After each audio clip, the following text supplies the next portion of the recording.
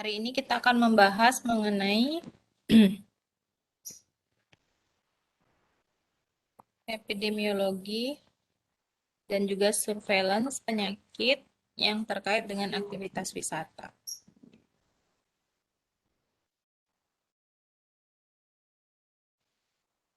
Kalau kita lihat hasil-hasil penelitian di eh, artikel-artikel atau jurnal internasional ya, eh, beban dari penyakit akibat aktivitas traveling atau kegiatan wisata itu mengenai sebenarnya sebesar 15% dari semua orang yang melakukan kegiatan traveling.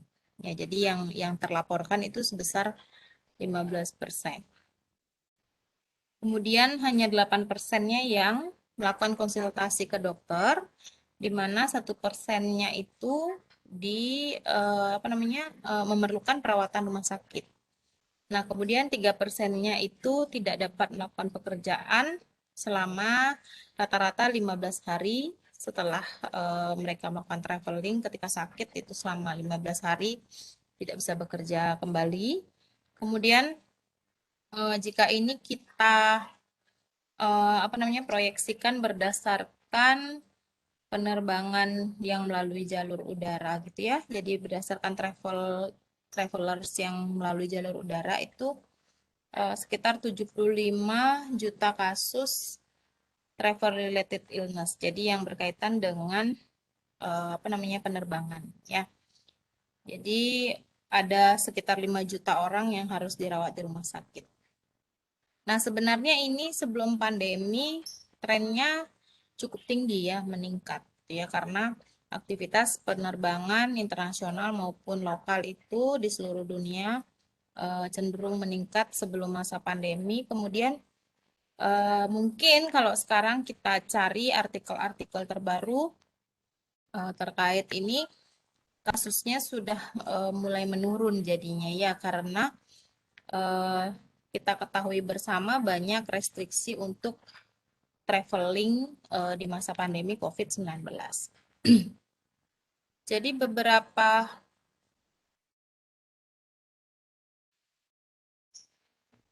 sorry, ini kenapa nggak bisa hilang?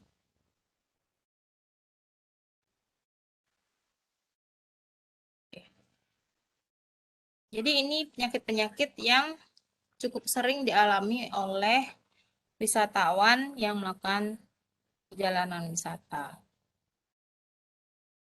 Penyakitnya kita bagi dua. Ini yang sering, penyakit yang sering ya, common illness. Jadi ada degenerative disease, cardiovascular, malignancy, sexual transmitted, psychiatric, mild influenza, dan nutritional problem. Jadi ini common illness ini maksudnya penyakit-penyakit yang sebenarnya dia traveling atau enggak sudah ada sebelumnya. Nah, tapi aktivitas traveling itu bisa memperparah atau mencetuskan kondisi akut dari penyakit-penyakit ini. Ini kan penyakit kronis ya, mungkin sudah ada penyakit jantung sebelumnya, kemudian ketika dia melakukan aktivitas wisata bisa jadi penyakit jantungnya itu kambuh di tempat dia berwisata. Nah, kemudian ada juga penyakit yang khusus terkait dengan tempat tujuan wisata. Ya, contohnya penyakit-penyakit yang terkait dengan musim ya. Kemudian penyakit tropis, penyakit infeksi tropis, yaitu daerah di wisata di Katulistiwa seperti Indonesia, Brasil gitu ya. Kemudian beberapa bagian Eropa Selatan juga ada mendekati garis Katulistiwa dan masih ada iklim tropisnya. Kemudian Afrika ya. Nah, berikutnya terkait dengan adjustment atau penyesuaian socio-culture. Ya, penyesuaian kondisi lingkungan sosial dan juga budaya di tempat wisata. Selanjutnya, ketersediaan dari transportasi publik ini yang mempengaruhi juga sebenarnya aspek kecelakaan ya, kecelakaan di tempat wisata. Kemudian hygiene dan sanitasi lingkungan di tempat wisata. dan ketersediaan serta aksesibilitas dari pelayanan kesehatan yang berkualitas. Untuk kita lebih mempermudah mempelajari penyakit-penyakit yang terkait wisata ini, kita bagi menjadi dua jenis ya. Jadi yang penyakit infeksi dan non-infeksi. Jadi penyakit infeksi itu juga dibagi-bagi lagi ya berdasarkan dari jalur penularannya. Jadi yang pertama, jalur dari makanan dan air, jadi air bersih. Kemudian penyakit yang terkait respirasi, infeksi pernapasan. Kemudian penyakit yang gejala utamanya berupa demam dan terkait dengan iklim di negara tropis. Kemudian penyakit yang new emerging infection seperti yang kita hadapi sekarang, COVID, SARS. Ini SARS, swine flu, meningitis itu pernah ada ya dulu tapi sudah hilang. Dan sekarang yang cukup lama kita rasakan COVID-19 ya. Nah, kemudian re-emerging infection. Jadi dulu sudah pernah ada dan dinyatakan sudah hilang, itu muncul lagi karena adanya kelalaian dari jalur transportasi binatang gitu ya. Misalnya seperti dulu kita sudah tidak pernah ada rabies di Bali, tapi tiba-tiba kalau tidak salah tahun 2010 ya, apa tahun berapa itu yang pertama kali ada kasus rabies lagi di Indonesia. Nah, kemudian infeksi parasit dan penyakit yang terkait dengan sanitasi yang buruk. Ini seperti cacing, skabies, dan sebagainya.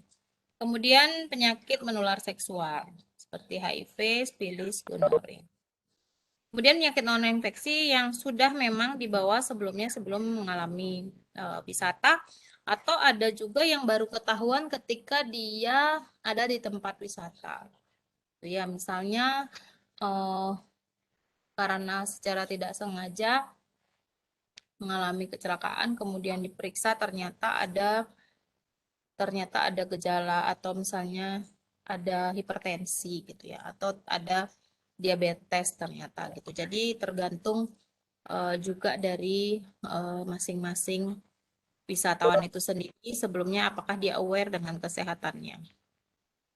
Biasanya kalau wisatawan dari negara maju dia sudah tahu sebelumnya penyakit-penyakit yang dia derita sehingga dia mempersiapkan obat-obatan.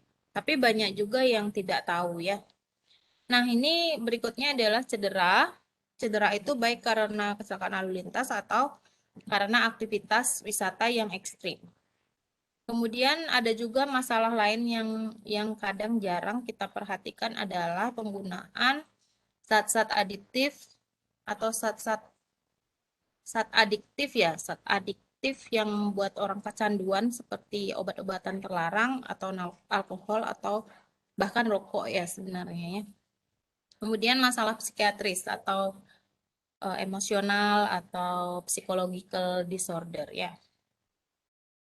Kita bahas sedikit satu persatu. Pertama, yang terkait makanan, ini yang paling sering terjadi adalah diare, traveler's diare. Kalian pernah atau sering dengar kita mengenal adanya traveler's diarrhea. Jadi diare karena perjalanan itu kalau di Bali sering disebut Bali Belly ya. Jadi ketika wisatawan mencoba makanan di Bali di mana kemungkinan dari segi pengolahan yang kurang higienis atau kadang-kadang karena memang bumbunya tidak cocok dengan perut mereka gitu ya, sehingga mereka mengalami diare ya, dan ini cukup parah, kadang-kadang membuat dehidrasi apabila tidak segera diobati. Yang paling sering adalah E. coli yang tipe enterotoxigenic E. coli ya, yang ETEC. Tapi yang lain-lain yang juga cukup banyak ditemukan adalah golongan bakteri seperti Campylobacter, Salmonella gitu ya. Kemudian protozoa atau virus. Ya, tapi yang paling sering itu E. coli karena hygiene dan sanitasi makanan yang hygiene makanan yang buruk. Kayak main ya.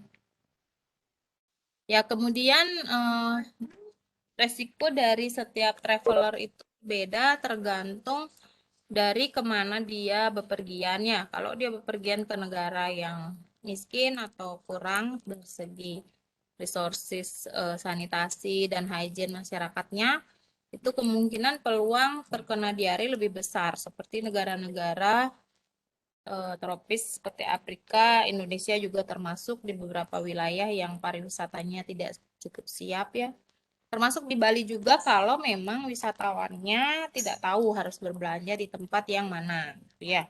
Jadi kadang-kadang mereka mencoba makanan atau minuman di pinggir jalan gitu. Ternyata dia mengalami diare. Nah, kemudian berikutnya adalah infeksi respirasi.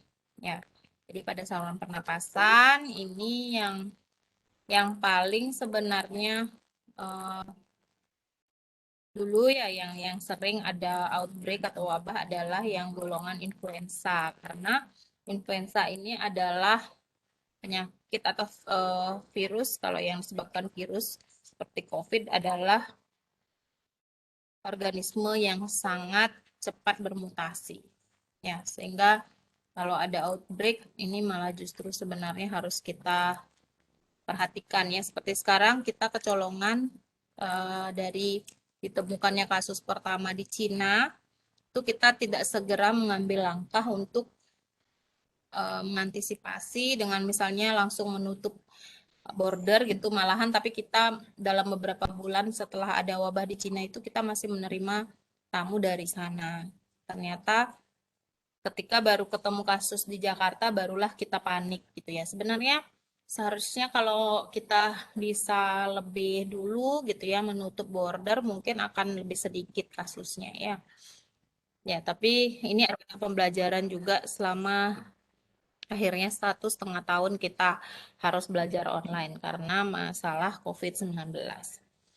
Yang dulu-dulu pernah ada juga legionellosis ya, dulu pernah ada di Bali tapi tidak sampai outbreak ya. Ini hanya pada wisatawan. Kemudian tuberkulosis. Kalau tuberkulosis ini memang di Bali masih ada kasusnya sehingga wisatawan juga yang datang ke sini memang harus hati-hati dan disarankan vaksinasi.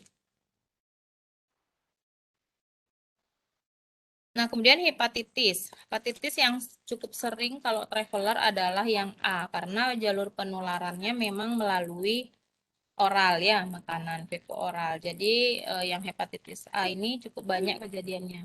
Ya, karena kadang-kadang orang makan tidak tahu ya ininya kebersihannya dan food handlernya mungkin ada yang menderita hepatitis.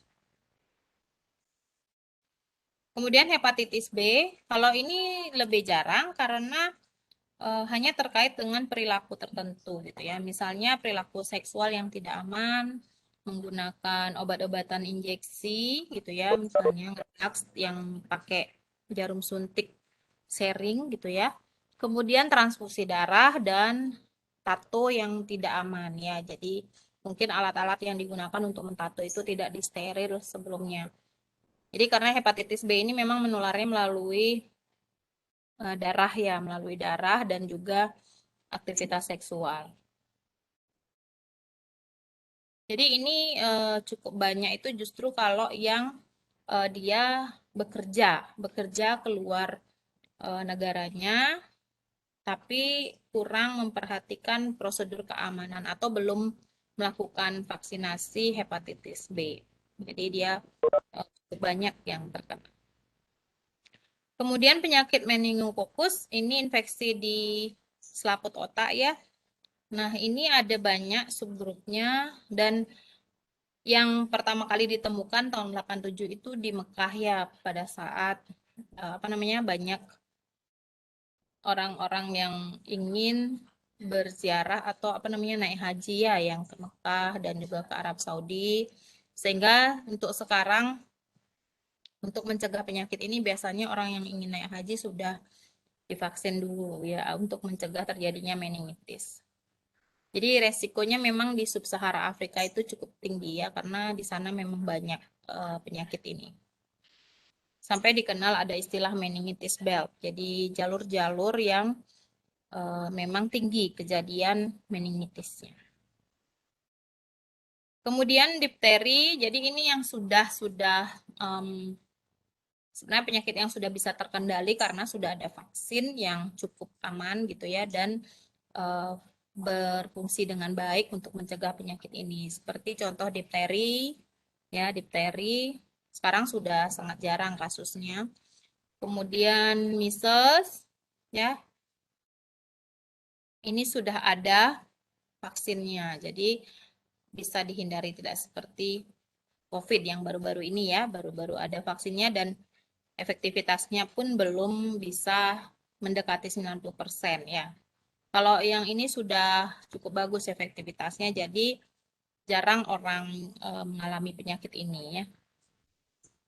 Kemudian JE, Japanese encephalitis dan tick-borne encephalitis juga cukup sering ya, terutama kalau travelersnya datang ke tempat yang tinggi kasusnya ya. Contohnya misalnya di daerah rural gitu di Asia Tenggara. Jadi di negara kita juga beberapa wilayah pernah ada ya, tapi sekarang karena sudah ada vaksinasi massal, jadi kasusnya cukup berkurang sekarang ya. Kemudian rabies. Rabies di Bali sempat tinggi kasusnya. Kalau tidak salah tahun berapa ya rabies itu? Antara 2000, 2015, 2016 ya yang tinggi. Nanti mungkin kalian bisa cari ya kasusnya ini seperti apa. Kalau sekarang sudah relatif menurun karena kita sudah melakukan berbagai upaya pencegahan termasuk juga vaksinasi anjing, kemudian juga menyediakan vaksin dan juga serum ya untuk orang yang terinfeksi gitu ya. Dan protokol pembersihan luka ketika digigit anjing itu sudah diberikan edukasi ke seluruh masyarakat termasuk juga di area wisata. Yang agak susah karena kita di Bali banyak binatang penular rabies seperti kucing, anjing dan juga monyet ya. Kita malah monyet itu adalah juga salah satu atraksi wisata kita gitu ya. Jadi memang cukup menakutkan juga waktu tinggi-tingginya. Tapi sekarang sudah relatif terkontrol. Kemudian polio, polio ini sudah jarang sekali ya, karena kita sudah ada vaksinasi untuk balita. Kemudian juga kalau kita lihat tamu-tamu wisatawan yang ke sini pasti sudah vaksin juga. Nah, ini beberapa penyakit yang terkait dengan kondisi tropis dan juga dengan gejala utama demam. Itu salah satunya malaria. Jadi ini sangat sering terjadi pada wisatawan yang berkunjung ke daerah yang eh, banyak rawa-rawa ya. Jadi banyak eh, di di daerah agak hutan dan rawa-rawa seperti daerah timur Indonesia gitu misalnya atau daerah Kalimantan dan Sulawesi yang masih banyak selang-seling antara pepohonan rawa dan hutan gitu ya. Jadi kondisi di mana nyamuk malaria ini bisa hidup adalah di tempat-tempat yang ada hutan bakau dan rawa-rawa ya. Jadi itu lebih apa namanya ke kondisi ya, lingkungan ya aspeknya. Jadi malaria ini banyak kalau kita dari NTT, mungkin NTB ada juga sedikit. Kalau Bali pernah ada tapi itu biasanya kasus migran ya. Jadi dari orang yang mungkin bepergian ke Lombok atau ke Nusa Tenggara Timur kemudian datang ke sini di sini mengalami gejala malaria, tapi dapatnya dari situ biasanya ya. Karena di Bali kita sudah sangat rendah sih kasus malaria ini hampir tidak ada ya. Kalau yang kasus lokal hampir tidak ada. Jadi yang lebih banyak adalah dari timur Indonesia. Nah, itu sebabnya kenapa kalau mau berwisata ke Pulau Komodo atau ke Papua itu Labuan Bajo misalnya harus profilaksis malaria dulu. Sebentar ya, ada intermezzo.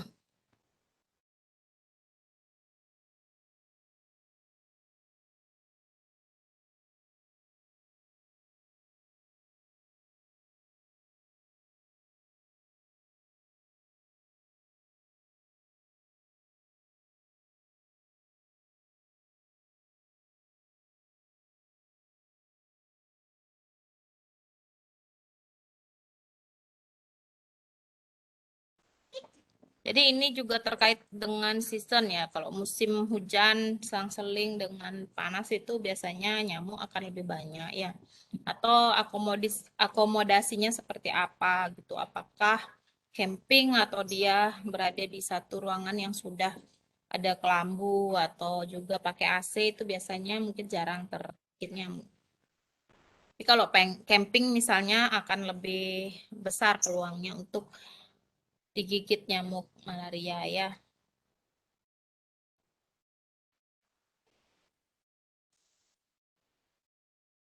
Nah, kemudian yang tinggi di Bali dan Indonesia ya pada umumnya di wilayah perkotaan itu denggi. Denggi ini perilaku nyamuknya dia di tempat genangan air bersih gitu ya. Jadi kalau udah musim hujan kayak sekarang kita kan hujan lagi terang, lagi hujan gitu ya, itu akan banyak populasi nyamuknya karena banyak genangan-genangan air yang tidak dibersihkan ya. Nah, jadi DHF ini juga menjadi salah satu resiko bagi wisatawan yang datang ke Bali atau perkotaan di Indonesia. Ya, insidennya tergantung season gitu, tergantung apa namanya cuaca ya, tergantung dari musim hujan atau musim panas. Kemudian berikutnya penyakit yang terkait aktivitas seksual. Ya, ini biasanya terjadi pada wisatawan yang melakukan aktivitas seksual yang tidak terproteksi, misalnya tidak menggunakan kondom gitu ya. Tapi ini tidak terlalu besar ya kejadiannya. Mungkin perlu diteliti juga kalau kalian ada yang berminat membuat skripsi seputar ini akan bagus ya.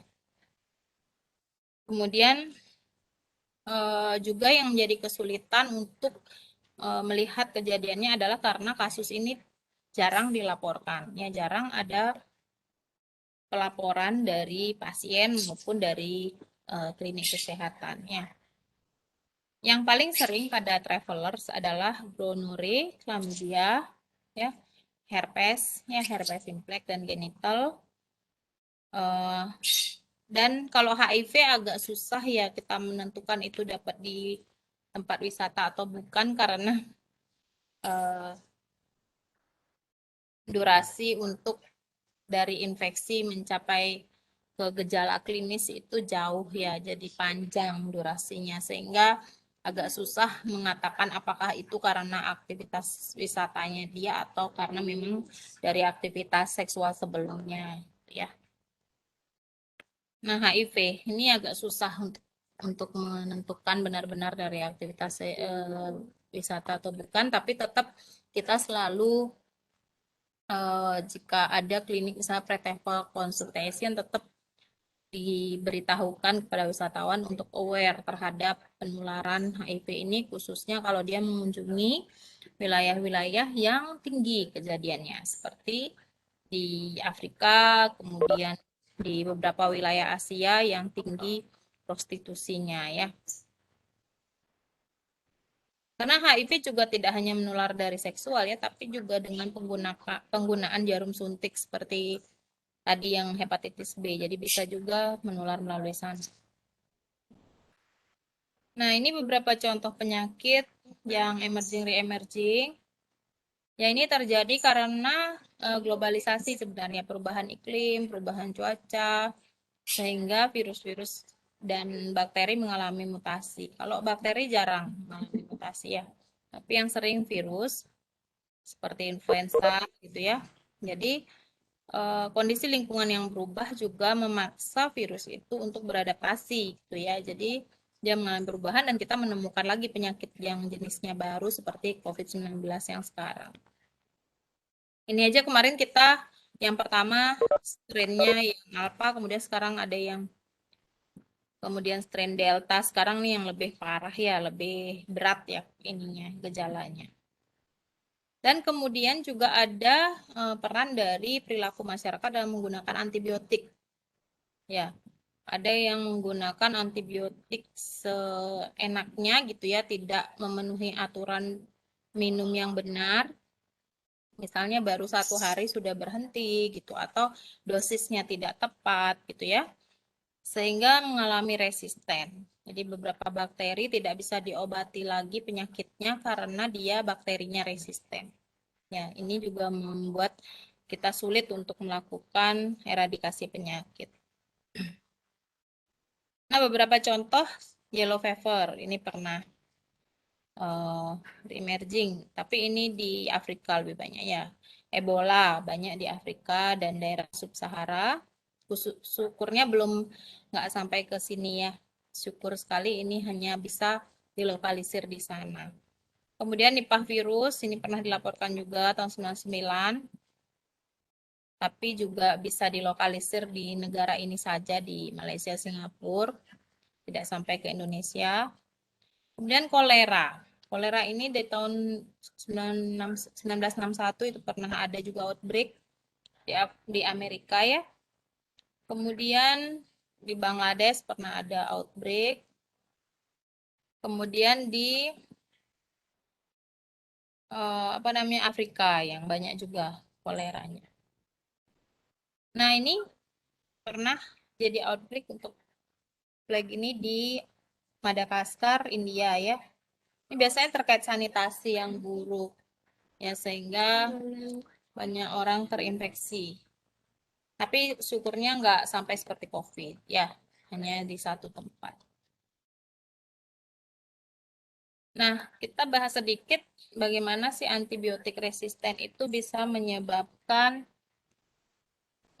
masalah kesehatan yang serius ya. Karena penggunaan obat ini membuat bakteri-bakteri itu kebal ya. Jadi dia mengenali gen bakteri itu mengenali bahwa obat ini eh, ketika obat itu tidak diberikan dosis yang cukup, dia tidak membunuh tapi malah dikenali dan bisa dilawan oleh bakteri itu. Sebenarnya mirip dengan tubuh kita ya. Kalau kita tidak mendapatkan dosis kuman yang tinggi untuk membuat kita sakit, kita justru malah kebal terhadap penyakit itu.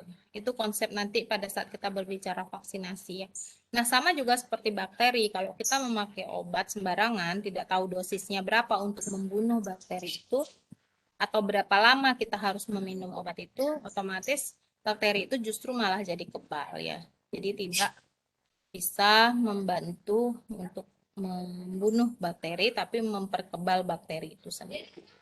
Ini banyak terjadi misalnya pada kasus gonore, tuberkulosis, tifoid ya, di banyak yang resisten. Kemudian penyakit non-infeksi, kita bahas beberapa. Pertama, penyakit kardiovaskuler. Ini paling sering ya ditemukan pada wisatawan biasanya sudah usia di atas 45 tahun ya. Kalau dulu di atas 50 tahun, tapi sekarang orang yang mengalami hipertensi, penyakit jantung itu sudah lebih ke usia lebih muda gitu. Kadang 45 tahun sudah ketemu hipertensi. Dan ketika dia melakukan traveling, beberapa kondisi di perjalanan itu bisa menyebabkan penyakitnya menjadi kambuh gitu ya. Ada keluhan akutnya. Contohnya kalau penerbangan yang panjang durasinya dari Eropa misalnya ke Bali gitu ya. Itu membutuhkan waktu sekitar 15 jam di jalan ya. Sehingga dia ada peluang juga mengalami misalnya serangan trombosis vena gitu ya. Atau ada yang mengalami serangan jantung.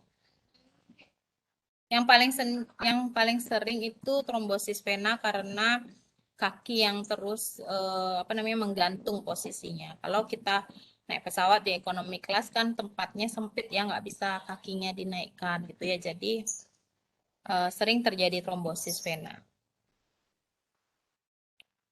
Nah, ini kejadian kardiovaskular terkait dengan traveling. Jadi yang paling sering cardiovascular disease itu 49%, kemudian kalau yang lain-lain itu kecelakaan ya. Nah, kecelakaan ini seperti yang saya katakan tadi ada dua jenis, bisa karena aktivitas terkait transportasi dari tempat menginap menuju ke tempat wisata gitu ya, atau mungkin di pesawat atau di kereta gitu ya.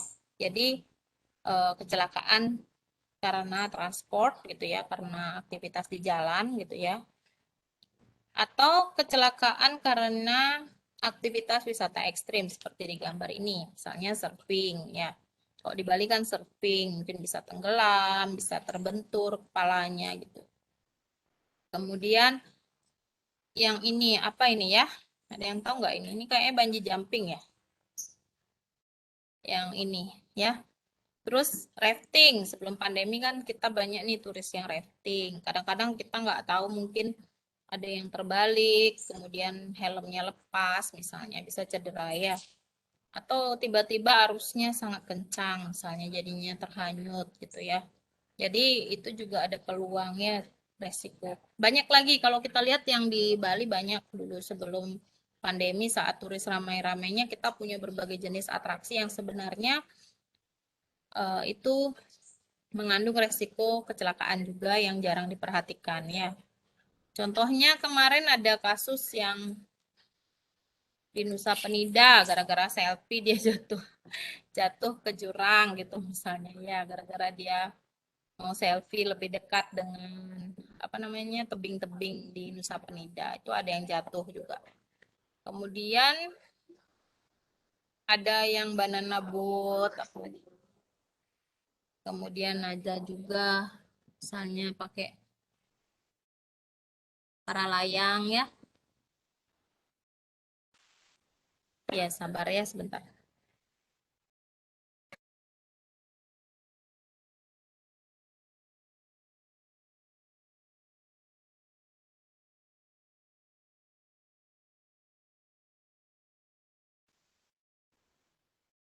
Nah, yang paling sering memang kecelakaan lalu lintas karena sepeda motor ya. Kalau di Bali mungkin cukup tinggi kalau kita teliti ini kecelakaan lalu lintas pada wisatawan.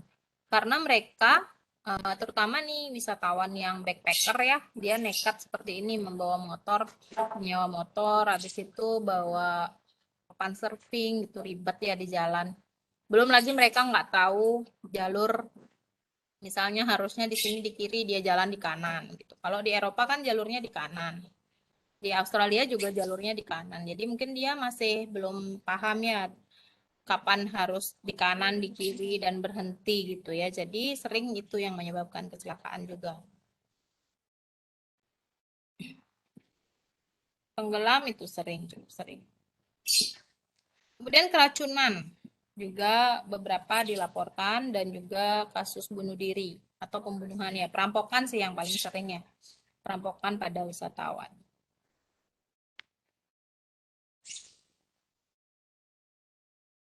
Berikutnya, berikutnya gigitan hewan. Gigitan hewan ini yang sering kalau dia memang aktivitasnya ke daerah yang pedesaan atau hutan ya, atau trekking gitu ya. Trekking, kalau dulu kan yang di Bali yang trekking ke Batur gitu misalnya, atau camping di danau gitu ya. Jadi dia ada peluang digigit binatang seperti ular ataupun serangga lainnya yang racun ya. Kemudian juga ada risiko tadi gigitan nyamuk itu kan memang di mana-mana sebenarnya beresiko ya, tapi tergantung dari pencegahannya sendiri juga ya dari wisatawan sendiri. Tapi yang berbahaya yang ini yang digigit ular, skorpion gitu ya, atau lipan ya, sering juga dilaporkan. Nah, itu jenis-jenis penyakitnya. Kemudian sekarang kita bahas dulu tentang surveillance, baru nanti di akhir kita diskusi. Jadi bagaimana kita melakukan surveillance terhadap penyakit-penyakit yang terjadi pada wisatawan ya. Selama ini yang kita dapatkan datanya adalah hasil dari surveillance pasif ya. Jadi bukan yang aktif melakukan penelitian atau pencatatan jenis-jenis penyakit. Khususnya di Indonesia sendiri masih sedikit juga datanya ini ya penelitiannya. Di seluruh dunia pun tidak banyak negara yang mengembangkan sistem surveillance aktif ya untuk penyakit-penyakit terkait wisata. Jadi kita hanya mengandalkan dari laporan, misalnya laporan di klinik atau rumah sakit, Kemudian sebenarnya kalau kita juga kadang-kadang ada notification form gitu ya. Kalau di luar beberapa negara sudah menyiapkan juga yang aktif, tapi tidak banyak ya yang bisa. Kalau nggak salah Swedia itu ada ya, Swedia sama Switzerland mungkin ada dia yang surveillance aktifnya. Nah, keterbatasan dari menggunakan data yang diperoleh secara pasif ini adalah eh, yang pertama tidak akurat, tidak menggambarkan kondisi sebenarnya di lapangan, karena hanya yang datang ke klinik yang kita laporkan. Kemudian underreported case, jadi estimasinya lebih rendah daripada kejadian sebenarnya di lapangan. Kemudian tidak ada data rutin, ya tidak bisa kita bandingkan dari waktu ke waktu secara tepat karena mungkin belum tentu bulan ini ada yang melaporkan gitu ya. Kemudian bulan depan juga belum tentu ada laporan gitu sehingga data yang kita dapat itu terputus-putus. Kita tidak bisa melihat tren yang sebenarnya. Kemudian denominatornya tidak jelas karena kita tidak apa namanya bisa tahu sebenarnya berapa sih dari wisatawan yang datang ke Bali itu beresiko mengalami DHF itu karena kita tidak tahu jelas berapa jumlah kunjungan wisatawan kita sebenarnya yang benar-benar menetap di Bali selama waktu tertentu gitu ya. Jadi agak kurang apa namanya? Kurang spesifik data yang kita punya. Nah, sebenarnya yang paling bagus kalau kita ingin mempelajari suatu penyakit atau melihat tren adalah melakukan surveillance aktif gitu. Tapi belum ada di dunia yang memiliki sistem surveillance yang bagus. Bahkan WHO juga uh, tidak bisa menyediakan informasi yang benar-benar valid mengenai risiko atau penyakit-penyakit pada terkait wisatawan ya. Jadi Switzerland, Scotland ini punya, tapi yang lain-lain negara lain-lain kurang ya datanya. Nah, gunanya kita mengetahui kasus-kasus atau kejadian penyakit akibat wisata, kita bisa menyarankan kepada pemerintah ya apa yang harus dilakukan sebagai tindakan pencegahan ya. Contohnya misalnya sebentar.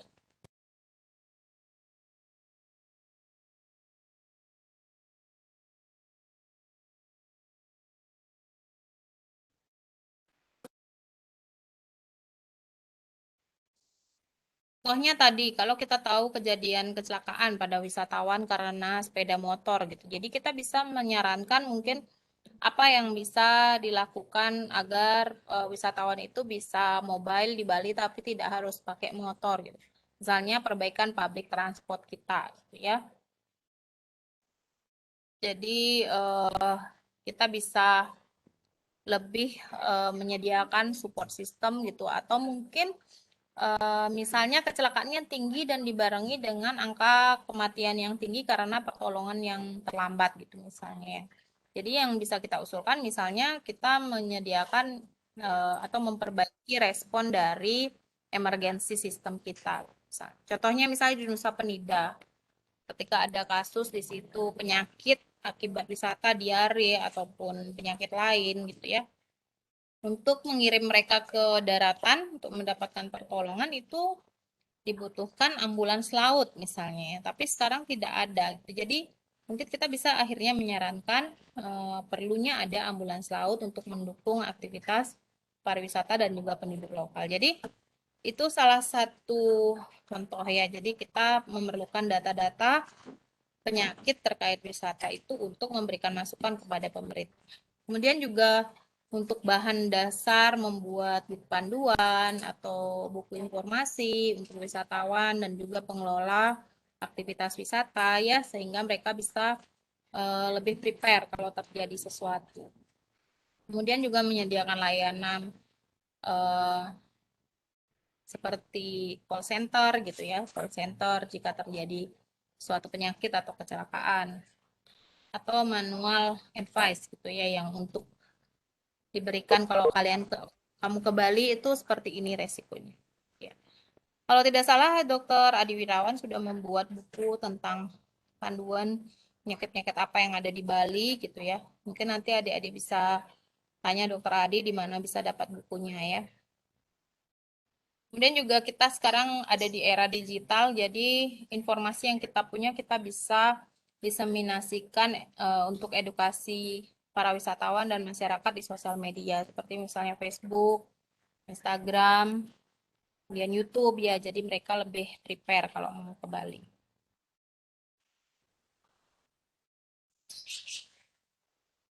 Nah, ini untuk global yang ada sudah berapa sih ada ya? Mungkin kalian nanti bisa cek-cek ininya, surveillance-surveillance internasional.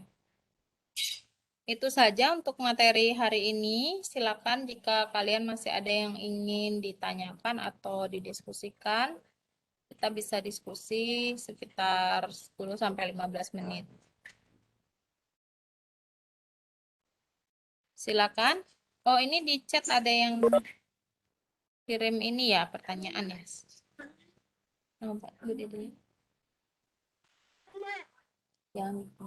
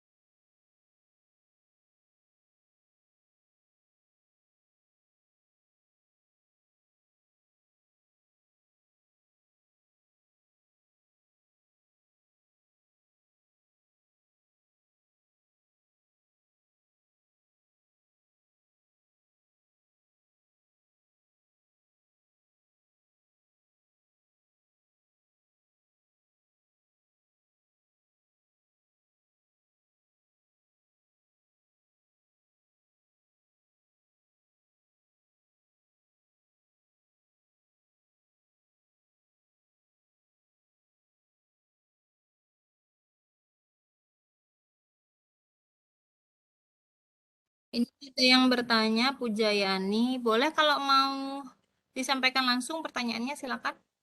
Biar lebih jelas. Ini terkait pandemi ya. Silakan, Dek. Baik Bu, izin bertanya. Jadi pertanyaan yang pertama, sebelumnya perkenalkan nama saya Pujayani.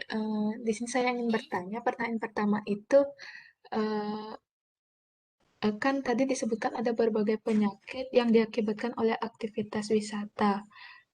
Terus Hmm. apakah sebelum pandemi ini atau dan setelah pandemi ini ada suatu screening atau perlu surat keterangan sehat dalam menjalankan wisata, misalnya dari negara satu ke negara lain kita perlu melakukan atau melakukan screening ataupun memberikan surat keterangan sehat seperti dari penyakit rabies, terus HIV, seperti tadi juga ada meningitis dan JE itu apakah ada syaratnya?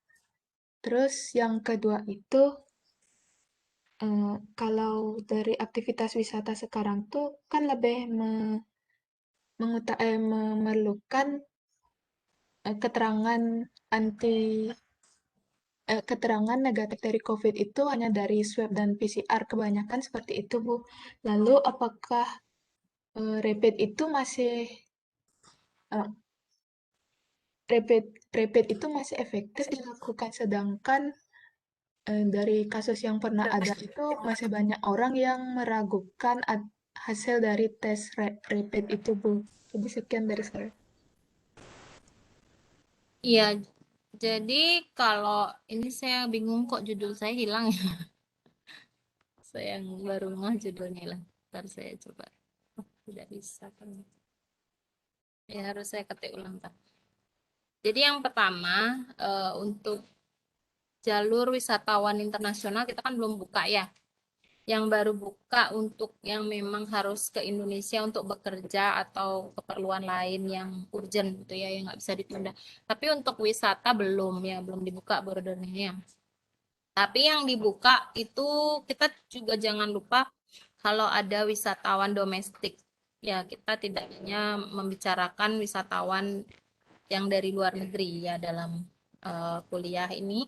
Jadi ada wisatawan domestik misalnya dari Jakarta ke Bali, dari Sumatera ke Bali atau ke Jawa gitu ya. Jadi kalau yang domestik untuk yang eh, penapisan COVID-nya, untuk screening COVID-nya dia kan sudah ada. Kalau penerbangan yang sekarang dipakai terakhir yang rapid antigen ya. Dulu waktu kasus sedang tinggi-tinggi yang sampai kita PPKM level 4 itu harus swab ini PCR ya kan.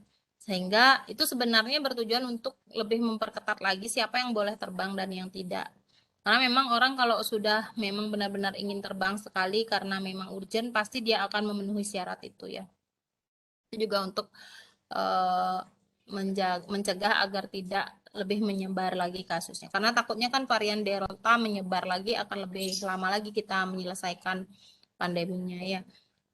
Nah, kemudian kemarin sudah agak turun kasusnya, coverage vaksin sudah meningkat, syarat agak dilonggarkan lagi menjadi rapid antigen sekarang ya, sehingga wisatawan domestik beberapa hari ini mulai naik lagi kunjungannya. Jadi dari beberapa, kayaknya dari dicabut PPKM level 4 kemarin ya, kalau nggak salah Minggu ya, Sabtu Minggu itu sudah mulai rame jalan lagi ya, dibandingkan dengan sebelumnya, karena memang syarat untuk ke Bali sudah dikurangi. Jadi menggunakan rapid antigen, tapi juga harus menunjukkan di Peduli Lindungi itu minimal sudah vaksin 1 kali ya kalau nggak salah. Jadi eh, di, sudah diminta juga untuk semua wisatawan itu download aplikasi Peduli Lindungi gitu. Jadi untuk masuk-masuk ke tempat publik, untuk masuk ke bandara itu mereka harus buka aplikasi itu untuk melihat apakah benar-benar sudah vaksinasi atau belum. Kalau dulu pakai yang paper base itu banyak yang memalsukan ya, terutama yang lewat jalur ini sepertinya ya, jalur pelabuhan itu kan agak biasanya golongan masyarakatnya yang menengah ke bawah ya, karena mungkin tidak bisa eh, apa namanya membayar transport yang lebih mahal.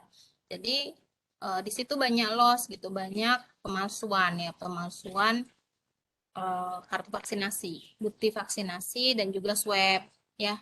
Jadi banyak yang buat bukti swab palsu gitu ya. Jadi apa namanya di situ kita bocornya gitu, sehingga kenapa sempat naik lagi kasusnya. Jadi kalau sekarang sudah lebih ketat. Kalian pun nanti kalau masuk mall, mallnya kan udah dibuka ya, itu harus menunjukkan eh, sertifikat vaksinasi dari Peduli Lindungi. Dan sekarang masih dilarang untuk anak-anak masuk ke mall ya. Jadi eh, lebih ketat lagi ya. Kemudian tadi yang berikutnya apa? Kalau penyakit penyakit yang rabies atau apa itu, kalau rabies nggak ada per ya. Tergantung sih eh, mau kemana mereka ya. Biasanya kalau memang dia aktivitasnya tidak akan ke tempat yang banyak akan ketemu anjing atau monyet, itu dia nggak terlalu sih memikirkan vaksin rabies. Tapi kalau dia emang akan berencana seperti itu ya biasanya dia akan prepare dulu di negaranya dia gitu. Ini sebelum pandemi ya. Kalau sekarang kan belum ada turis ya.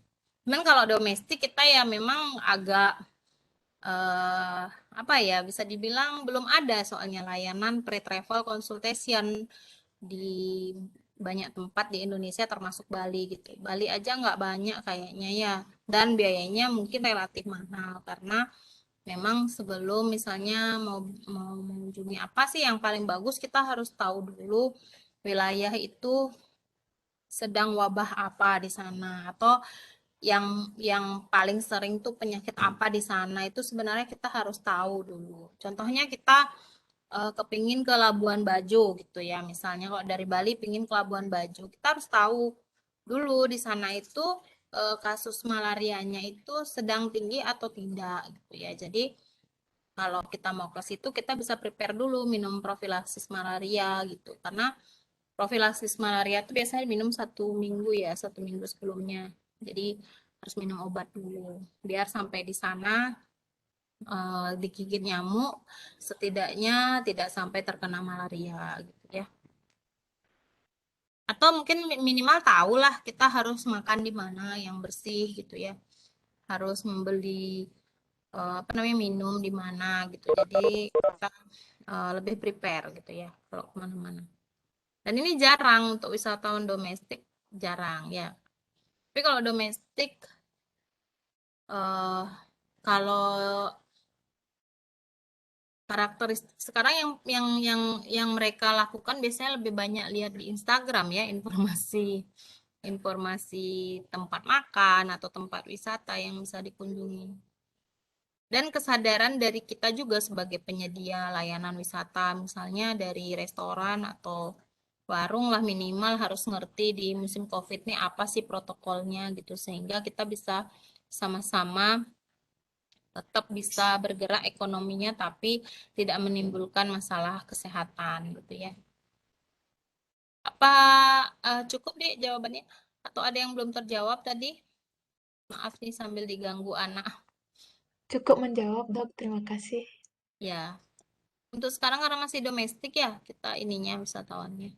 Tapi nanti pun kayaknya kalau udah internasional dibuka, syaratnya itu pasti harus ada eh, record vaksinasi dan juga swab entah antigen atau PCR ya.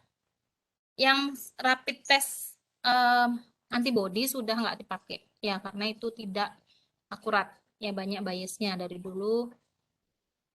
Antibody itu kan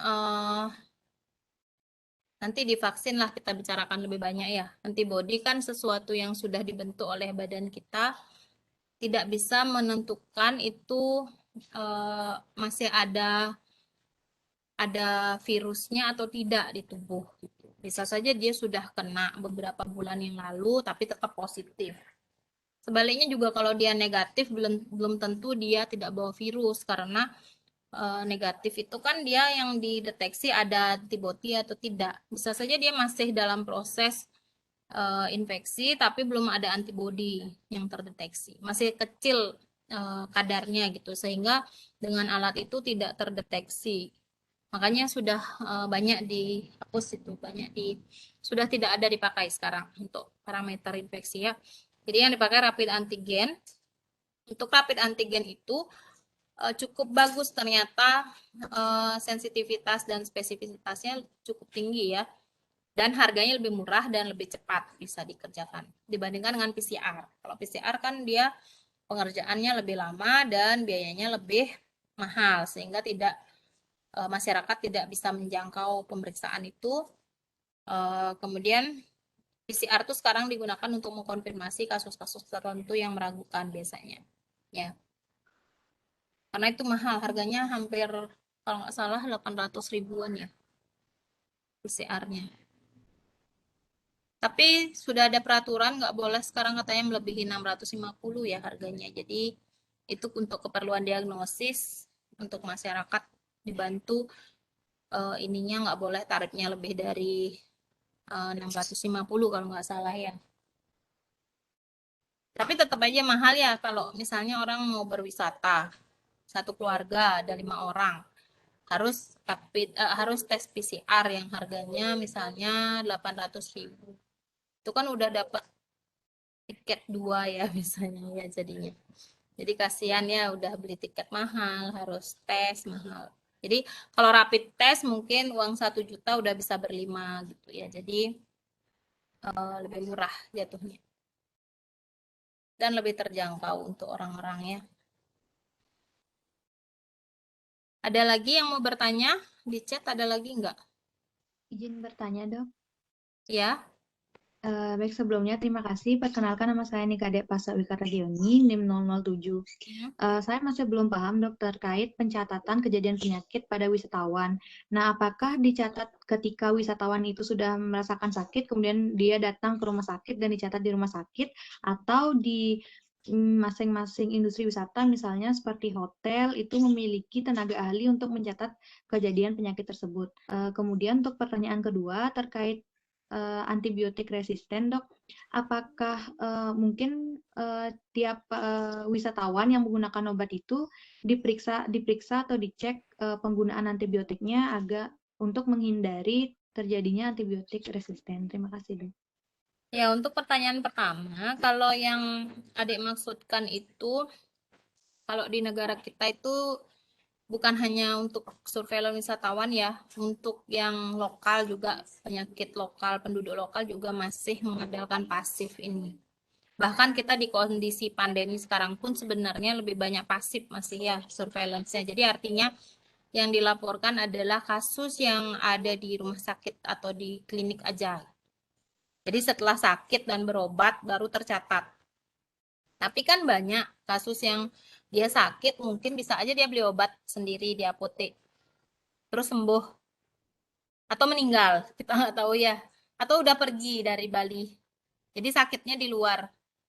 Jadi saat sakitnya setelah dia balik. Tadi kan ada tuh di slide yang pencatatan yang kembali ke negaranya baru dia sakit itu kan.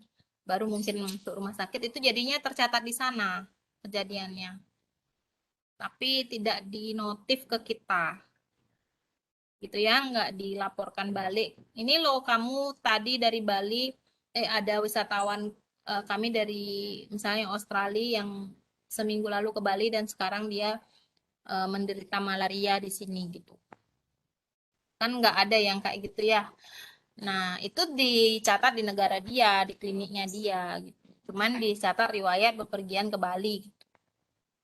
Di sini juga kayak gitu mungkin sebaliknya. Ini baru datang dari Mekah 1 minggu mengalami JE di sini.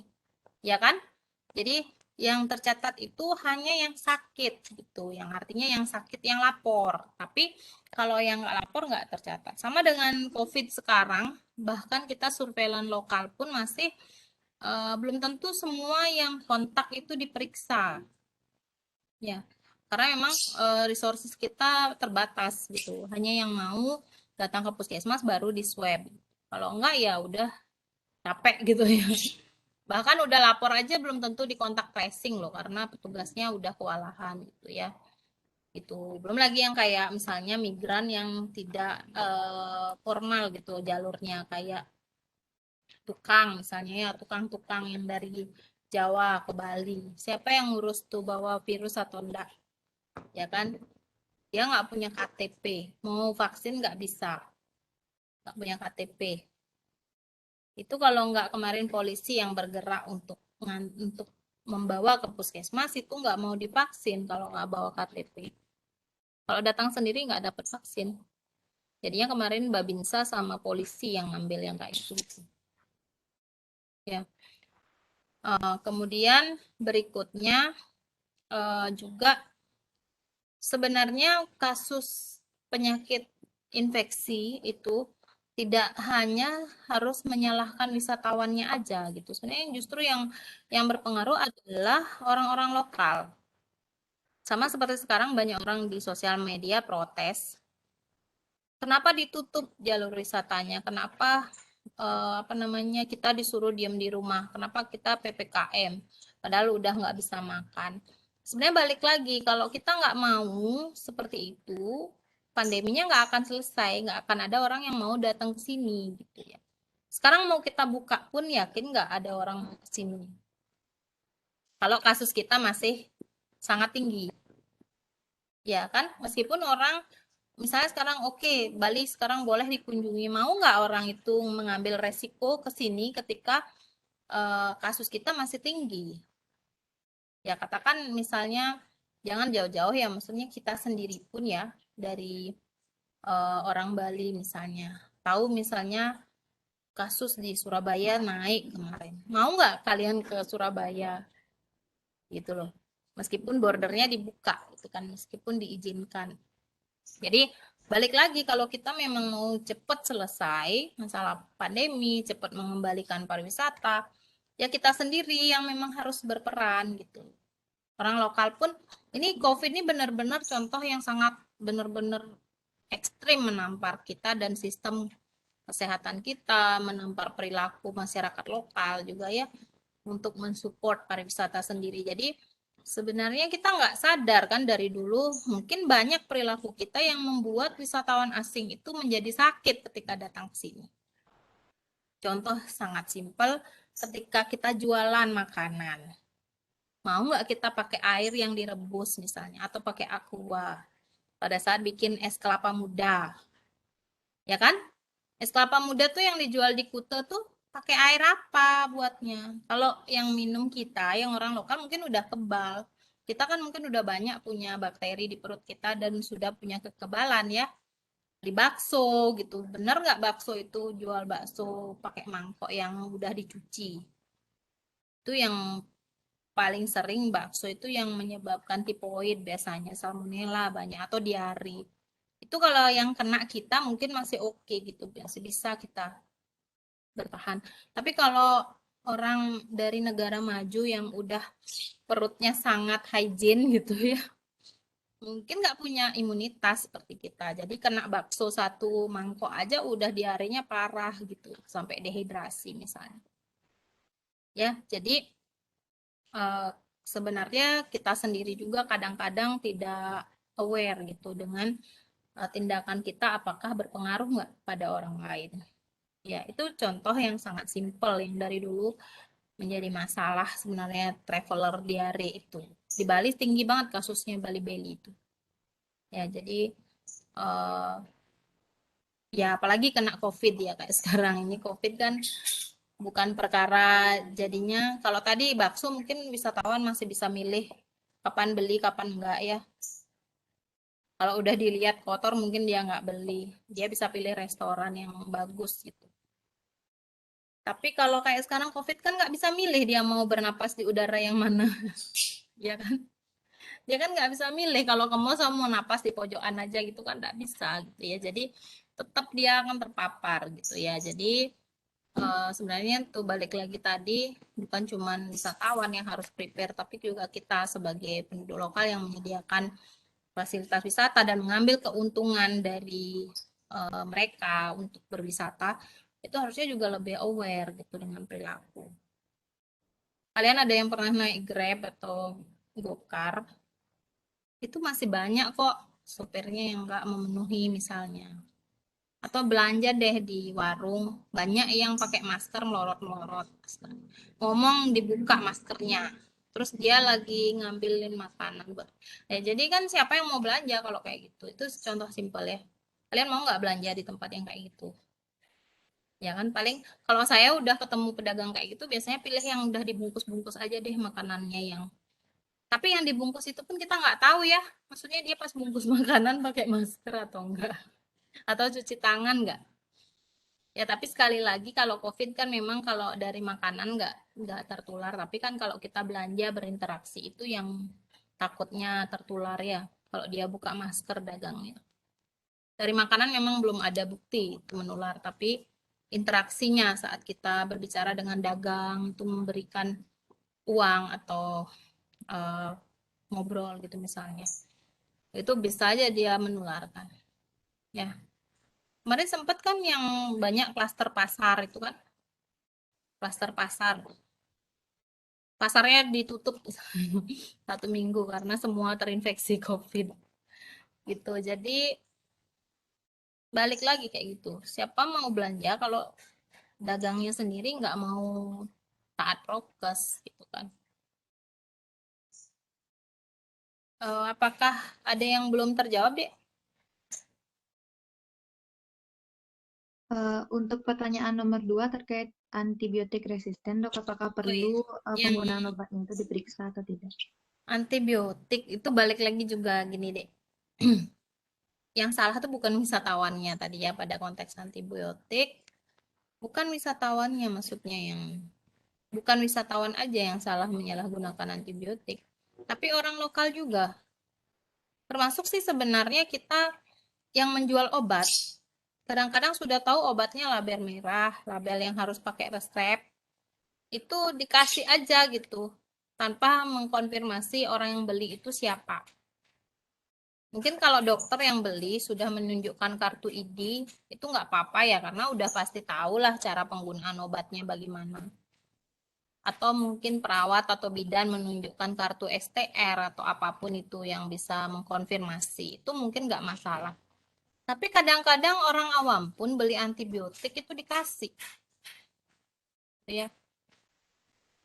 Kayak kemarin pernah ivermectin apa itu dijual bebas. Terus begitu ternyata diburu untuk COVID baru terus diketatkan harus pakai resep gitu ya. Jadi dari dulu-dulu kayak tetrasiklin, amoxilin, apalagi tuh itu sudah nggak mempan di negara kita. Nah, kemudian wisatawan datang ke Indonesia kena diare, dia masih pakai amoxilin. Itu kan udah nggak bisa kalau di negara kita. Dia kan kena bakterinya bakteri yang di negara kita. Jadi dia nggak sembuh dengan amoxilin gitu, karena memang perilaku kita di sini yang membuat bakteri itu resisten. Kemudian wisatawan yang kena batunya gitu. Sementara banyak mungkin wisatawan yang masih berpikir kalau saya di negara saya diare cukup amoxilin atau tetrasiklin gitu misalnya. Kalau di sini udah nggak mempan, mungkin di sini perlunya golongan yang cefalosporin gitu misalnya. Atau malah quinolon kayak yang golongan yang apa namanya ciprofloxacin misalnya harus sudah yang lebih tinggi level antibiotiknya jadinya ya. Kalau kalian ke Sanglah, kalau udah yang multi infeksi itu banyak sekali yang udah nggak mempan, bahkan quinolon pun tidak mempan ya. Kalau amoxicillin di sini udah kayak permen deh, nggak itu, udah nggak ngaruh kayak vitamin di sini amoxicillin. Flu dikit amoxicillin 2 tablet, habis itu berhenti minumnya ya kan? Ada yang kayak gitu nggak minum obatnya? Amoxicillin sakit tenggorokan dikit langsung minum amoxicillin 2 hari, nggak sampai 2 hari, kadang 1 hari udah sembuh berhenti minum kan?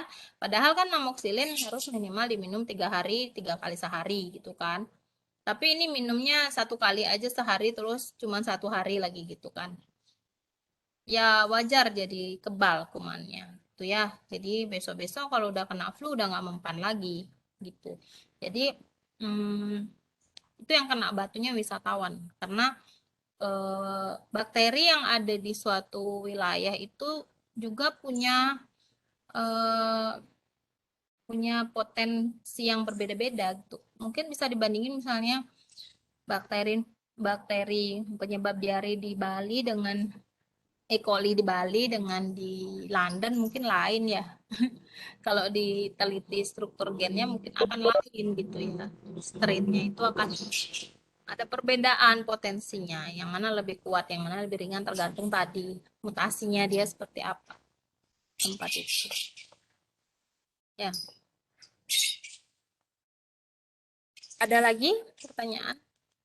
Jadi jangan berpikir kita harus malah menggeledah wisatawan untuk menggunakan antibiotik yang bagus gitu ya, yang benar gitu.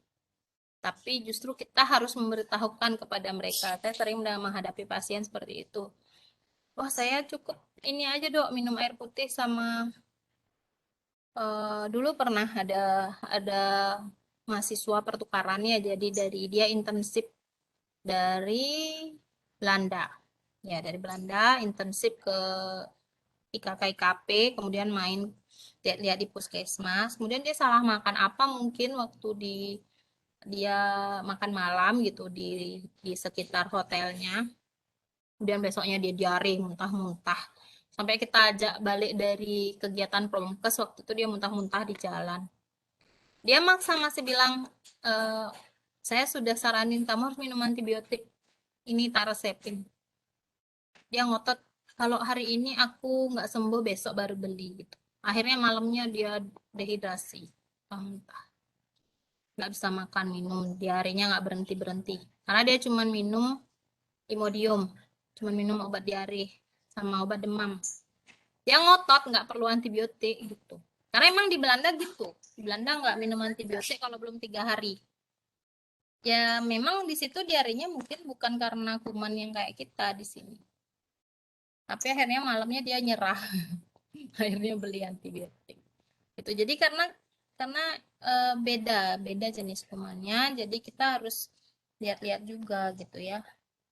Nggak bisa metode pengobatan di Belanda dibawa ke sini karena beda lingkungan. Ya. Dan kebalikannya saya pernah sakit di Belanda demam sampai sudah menggigil, amandel saya terinfeksi gitu ya. Itu temen saya ngotot nggak mau ngasih resep antibiotik ke saya. Di situ ketat banget, nggak boleh beli antibiotik kalau nggak bawa resep. Terus saya cuma dikasih paracetamol sama vitamin C sama dia. Akhirnya saya 3 hari sakit sana. Lebih dari 3 hari saya demam menggigil. Terus saya korek-korek tas saya ketemu satu berapa masih ada antibiotik 10 biji. Baru saya minum itu baru sembuh. Beda kan, maksudnya kita sudah punya tubuh juga berbeda-beda gitu. Jadi nggak bisa disamain. Iya. Ada lagi pertanyaan? Makanya sih sarannya kalau kalian bepergian itu bawa obat-obatan yang memang sudah sering kalian pakai, yang udah cocok gitu ya sama kalian. Apalagi kalau punya penyakit bawaan, misalnya asma yang sering kambuh tiba-tiba gitu, atau alergi, alergi makanan itu harus ditulis di dompet ya kalau punya alergi obat, alergi makanan. Jangan sampai nanti ada kejadian yang tidak apa namanya apa namanya, misalnya aja nih contoh tiba-tiba kalian pingsan dibawa ke UGD dikasih obat, ternyata obat itu membuat kalian shock anafilaktik gitu ya atau alergi, kan harus ditulis misalnya alergi antibiotik atau alergi, yang paling sering tuh antibiotik dan obat demam itu yang alergi, obat nyeri itu biasanya alergi, itu harus disampaikan kalau kalian ada alergi. Dan prepare obat kayak tadi kalau asma tiba-tiba di pesawat kambuh nggak ada obat, kan nggak bisa. Saya pernah waktu naik pesawat ada orang yang asmanya kambuh dan dia sama sekali nggak bawa inhaler, nggak bawa obat, sementara di pesawat nggak ada nebulizer, nggak ada. Ya akhirnya waktu itu saya kasih minta obat apa ya, Dexa aja waktu sama salbutamol, karena nggak ada kan alatnya gitu ya, jadi harus prepare. Begitu udah kayak mau kambuh diminum langsung gitu, jadi nggak sampai buat orang lain heboh gitu ya. Tuh ya. Ya ada lagi pertanyaan, ada lagi di chat, ada nggak? Coba lihat. Nggak ada ya, ini cuma ada satu tadi.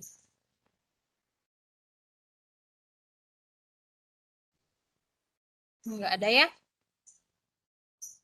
ini 11:23. Gimana kortinya, siapa tadi?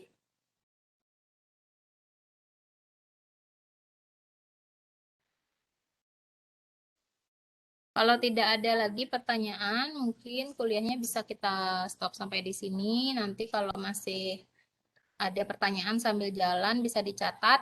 Kemudian kita bisa diskusi lagi di pertemuan kedua ya, yang tentang vaksinasi ya, yang berikutnya ya. Maksudnya pertemuan kedua saya, bukan di seluruh ini. Saya ngajar lagi nanti pas vaksinasi ya.